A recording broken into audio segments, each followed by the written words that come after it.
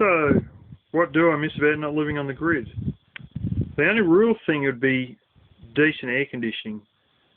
As you may know, I bought a couple of evaporative coolers. The first one wasn't going terribly grand, so I thought, below, I'll go and get a more expensive one. And I got one slightly more expensive, and it was no better. The trouble with these evaporative air conditioners is not the fact that that evaporative air conditioning technology isn't any good. It's the fact that the evaporative pads in them are only about a foot by a foot, if that.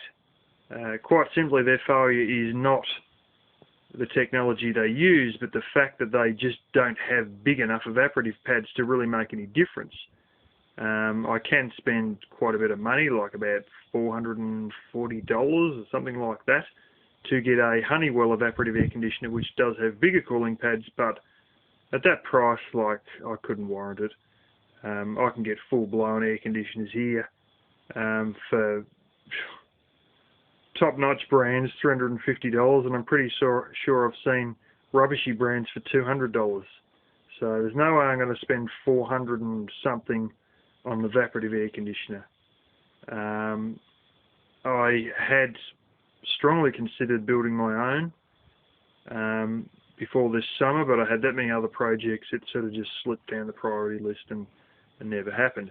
I have other plans now to get proper air conditioning, and I'm going to be working on that project sort of at the end of 2013. It isn't as simple as going out and getting a generator that is rated to run at 110, 115 Fahrenheit, which is the temperature it sometimes gets to around here, and then getting a mains air conditioner. It's not going to be like that. It's still going to be proper air conditioning, but it's not going to be just a generator and a mains air conditioner.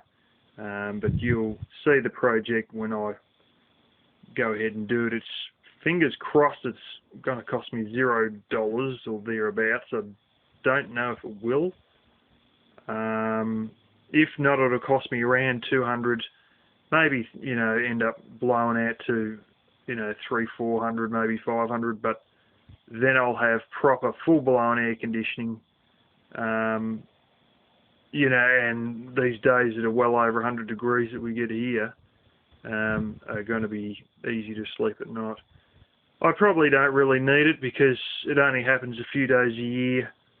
And quite frankly, we only had 1 or 2 real hot nights here this year, but I think it's a worthy project, and I can see in the future, if I ever have a wife and particularly a baby, I think it's a good idea to have full-blown air conditioning, even just for the baby's sake. The day comes where I do actually have a baby, but it's yeah, right now I'm single, if you haven't already guessed.